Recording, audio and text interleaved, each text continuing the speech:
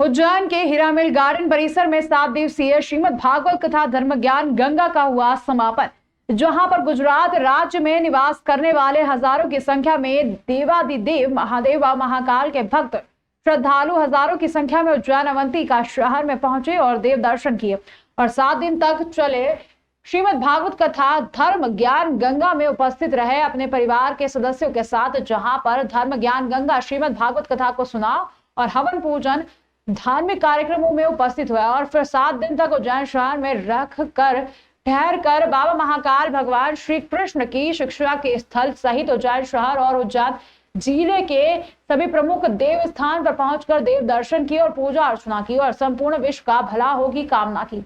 जहां पर 7 दिन तक कथा वाचक पंडित शास्त्री हार्दिक भाई, पंडित शास्त्री गौरव भाई ने कथा सुनाई। प्रतिदिन हजारों भक्तों को वहीं इस धर्म ज्ञान तथा प्रेसिडेंट जयेश उपाध्याय और गुजरात राज्य के हजारों भक्त श्रद्धालु उपस्थित रहे। कथा समापन पर महाप्रसादी का महाआरती और विशाल भंडारे का विधिवत संपन्न में कहा गया है कि शिवस्य हृदय विष्णु हो, विष्णुश्च हृदय शिव। शिव और विष्णु दोनों में कोई भेद नहीं है, दो एक ही है।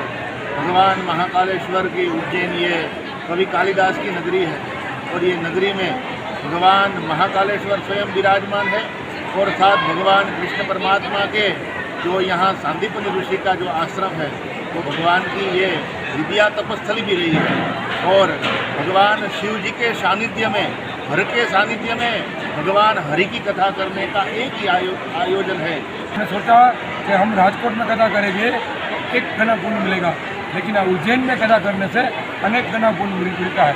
इस हिसाब से हम करीबन 450-500 लोग आए हैं, सभी बुजुर्ग हैं।